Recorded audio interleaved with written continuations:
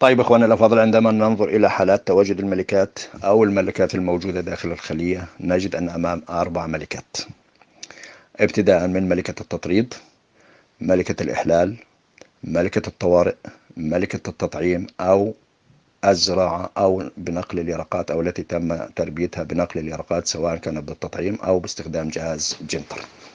طيب، كل هذه الملكات ال4 لها حيثيات ولها مواصفات. نرى أن البعض منا يقول أن ملكة التطريد جيدة، والآخر يقول ملكة الإحلال جيدة، والآخر يقول ملكة الطوارئ جيدة، والقسم الآخر يقول ملكة التطعيم جيدة. ما هي أفضل حالة من حالات هذه الملكات؟ في عجالة حتى لا نطيل عليكم الملفات، بنظرة سريعة على هذه الملكات. من أينما أتت ملكة التطريد؟ أتت ملكة التطريد ضمن غريزة فطرية عند النحل من أجل البقاء في وقت نشاط النحل اللي هو وقت التكاثر، وهذه الفترة هي ممثلة في فترة الانطلاقة الربيعية. نجد أن كثير من الخلايا النحل لديها الميل لعمل التطريد للشروع في موضوع التكاثر وإخراج طرد كبير من هذه الخلية. يعني لم تأتي برغبة النحال، هذه جاءت برغبة الإيش؟ برغبة النحل. فنجد هنا أن تقوم الطائفة في عملية التطريد ببناء البيوت الذكور أو حضنة الذكور أو البيض الغير مخصب، وهذا طبعا يأتي من بيض الملكة.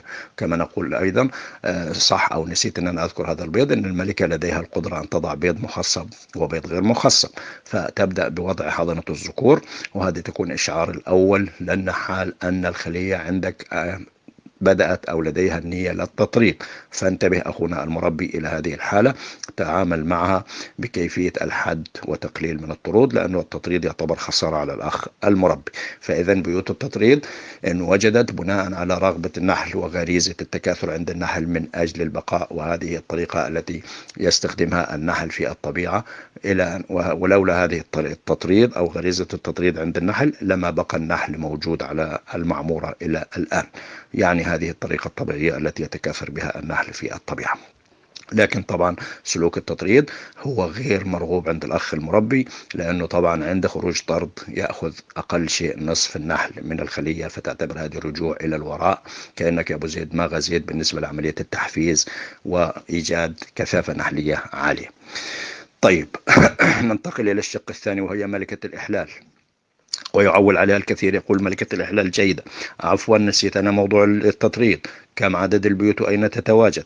نجد أن الخلية تقوم ببناء 15 بيتا أو 20 أو حتى 25 بيتا، يعني كمية كبيرة جدا من البيوت الملكية تكون متناثرة في أطراف الأقراص وموزعة داخل الخلية.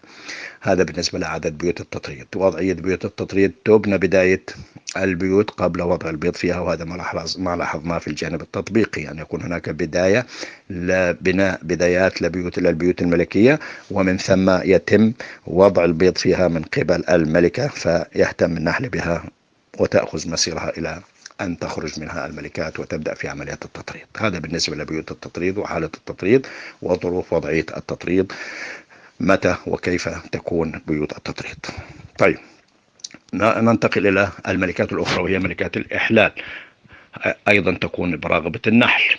النحل يرى أن هناك قصور في الملكة، سواء كسر في أرجلها، في قرون الاستشعار، عدم كفاءتها في وضع البيض، تبيض بيض غير جيد بالفقس، غير تبيض حضنة ذكور، يعني قلة في وضع البيض أو قلة في الأداء إجمالا أو قلة في نشاط الملكة.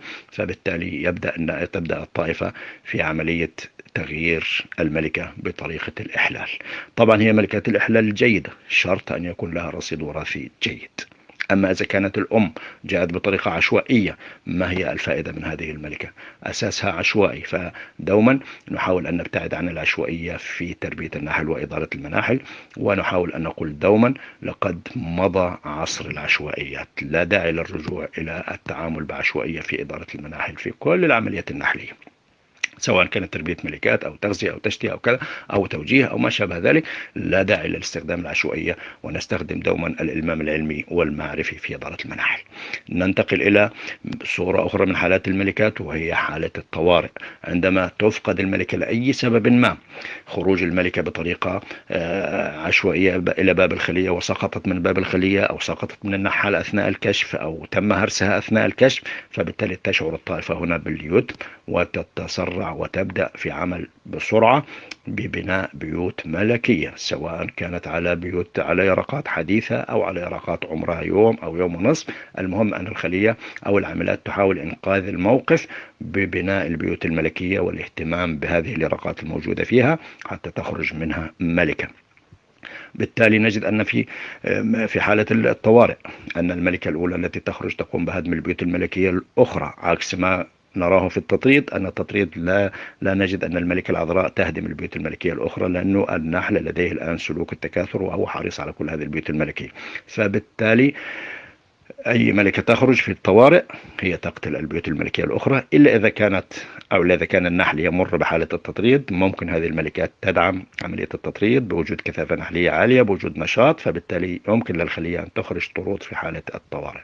إذا ملكة التطريد جاءت ضمن ظروف اضطرارية للنحل، والنحل أو العاملات أو الرعاية قامت بإنقاذ الموقف ببناء بيوت ملكية على يرقات بصرف النظر عمرها، رصيدها الوراثي، جودتها، كذا كذا. كل ما هنالك أنها تهتم بعملية القرابة أحيانا وتربي بيرقات من درجة القرابة التي تنتمي إليها أو تنتسب إليها، سواء كان من جهة الذكور الآباء أو من جهة الأمهات. هذا بالنسبة للبيوت اللي هي بيوت التطريد أو ملكات الطوارئ. طيب، تحدثنا عن ملكات التطريد وعن ملكات الإحلال وعن ملكات التطريد. يبقى أمامنا هنا الملكات التي تأتي بواسطة التربية الصحيحة، اللي هي التطعيم أو نقل اليرقات أو استخدام جهاز جنتر، يعني من قبل النحال. نجد أن هذه الملكات أخذت يرقاتها من خلايا مميزة، خلايا منتقاة، لها رصيد وراثي، لها مدونات سجل نسب تكاد لا تقل عن 10 سنوات أو 15 سنة، مراقبة لا تقل عن 2 للملكة الأم. فقرر هنا النحال أو المربي أن يأخذ من هذه الملكة يرقات ليقوم بتربية الملكات، وهذا هو الاختيار الصحيح والأنسب.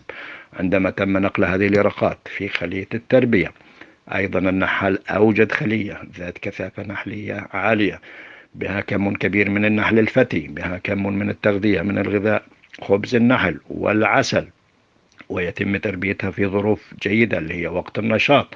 فبالتالي نرى أن هذه الملكات هي تكون الأفضل، عكس ما يقال في مجال تربية النحل أن ملكات التطريد جيدة أو الإحلال جيدة أو الطوارئ جيدة. نجد أن هذه الملكات التي يتم تربيتها بطريقة وراثية وبطريقة الانتخاب والانتقاء هي تكون الأجود. أي نقول أي أفضل ملكة. ما هي الملكة الجيدة؟ نقول الملكة الجيدة هي التي لديها رصيد وراثي جيد وتحظى بالعناية والاهتمام الجيدة في طور التربية الأولى، وهو طور اليرقة. هذه هي الملكات التي أشار إليها أهل العلم ورجال العلم، أن هذه الملكات هي التي تكون جيدة، ولكن أيضا خاضعة لموضوع التجربة والاختبار بعد عملية التلقيح. لكن أغلب رجال العلم أشاروا إلى هذه الملكات هي التي تكون جيدة. إذا هنا أخواني الأفاضل، بعد أن تحدثنا عن الملكات الأربعة: التطريد، الإحلال، الطوارئ، التربية بالتطعيم أو بنقل اليرقات، فانتهينا من هذا الأمر. نعود هنا من خلال هذا النقاش ونقول أيضا الإدارة من خلال هذا النقاش. هل الإدارة هي للعاملات أو هل هي الإدارة للملكات؟ نجد أن الملكة هي فعلا أم الطائفة، وهي الملكة بصفة شرفية، كما نرى في بعض الدول. نحن البشر نجد أن هناك الملكة هي ملكة فقط شرفيا، مثلا كبريطانيا مثلا نجد اليزابيث هذه أو تاتشر هذه مجرد ملكة، لكن السلطة بيد من؟ بيد رئيس الوزراء.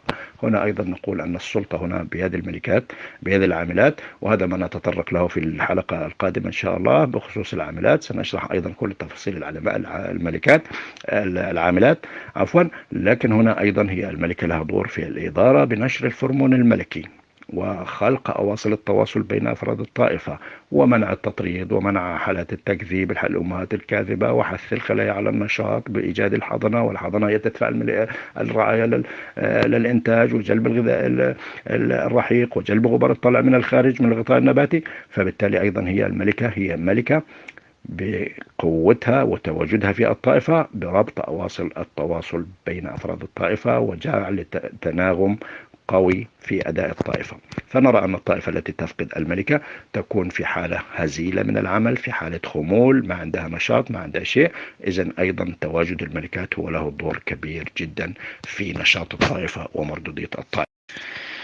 قد توصل العلم هنا إلى معرفة أواصر التواصل التي تقوم بها الملكة بين أفراد الطائفة من خلال الفرمون الملكي الناتج سواء من جسمها، من أرجلها، من الفكوك، يعني من غدد الفرمونية عند الملكة. وقد قاموا بتصنيع هذا الفرمون واستخدامه كفخ في خلايا النحل أو في طوائف النحل لأغراض معينة، منها تلقيح النباتات، منها دخول موسم دون استخدام ملكة داخل الطائفة.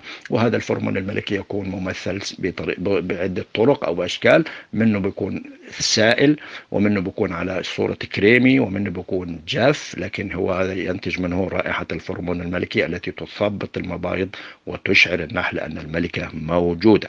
حتى يعني من يقول أنه الخلية بدون ملكة لا تعمل أو تعمل أو كذا، أو يقول أن الملكة لها هي صاحبة الإدارة. نقول لو كانت الملكة صاحبة الإدارة ما كنا قدرنا أن احنا نستخدم هذا الفرمون اللي هو فرمون الملكي المصنع وفي الخلية، وتستمر الخلية في أدائها عادي جدا جدا، ما في أي مشكلة. وهذا أيضا ما أثبتته التجارب العلمية باستخدام الفرمون الملكي في ظروف معينة ولأهداف معينة، واستمرت هذه الخلايا في أدائها عادي. ممكن مثلا أنا عندي موسم صدر، اشتريت نحل مرزوم، حطيت 5 مرزومات أو 6 أو 7 في خلية، ودخلت موسم الصدر. أقدر أدخل موسم الصدر بدون ملكة باستخدام هذا الفرمون الملكي، يجدد مثلا كل أسبوع، كل 5 أيام، معدل 3 قطرات، توضع على قطنة، على قماشة، على كذا، فتشعر الخلية بأن الملكة موجودة وتعمل تماما بأكمل وجه. هذا في حالة حاجة النحال لاستخدام خلايا بدون ملكات، ممكن أن يستخدم الفرمون الملكي. وطالما أن الفرمون الملكي يؤدي إلى التناغم والتوازن داخل الطائفة، إذا نقول هنا الإدارة في طائفة النحل ليست للملكة. تواجد الملكة هو تواجد شرفي فقط، ووجودها يتمثل في مهامها التي أشرت إليها بموضوع دعم الطائفة بأصول التواصل والالتئام والتناغم داخل طائفة النحل. أما هل هي تصدر أوامر من يكتشف، من يعلم، من ينظف؟ لا لا، أبدا أبدا. هذه العمليات كلها، هذه الأمور كلها تخص العاملات وتقسيم العاملات فيما بعد، سنتطرق إلى هذا الأمر. إذا نعيد ونكرر أن نقول أن الملكة هي أم الطائفة، لكن هي ليست بيدها الإدارة كاملة، لديها ما تتمكن منه وما يدعم سيرورة طائفة النحل. فهنا أخواني الأفاضل بخصوص الإدارة في طائفة النحل من الداخل، ونفيا عن ما يقول أن الملكة هي التي تدير، نقول دوما الإدارة تتمثل في إصدار الأوامر، وإصدار الأوامر يكون هنا سلطة تنفيذية أو قوة تنفيذية لهذه الأوامر. نرى أن الملكة لا تمتلك السلطة التنفيذية ولا تمتلك فرض الأوامر في الطائفة، وهذا ما نرى أيضا في حالة أخرى عند فقد الملكة. في حالة الطوارئ، هرست، ماتت، أي سبب من الأسباب، نجد أن الطائفة بهذه الفترة بدون ملكة، قد تصل إلى مدة 10 أيام أو 12 يوما، لأنه يقوم النحل ببناء بيوت ملكية على بيض، على يرقة حديثة الفخ. فمن أول يوم في اليرقة إلى خروج الملكة العذراء تحتاج حوالي 13 يوم. هي 13 يوما الخلية بدون ملكة.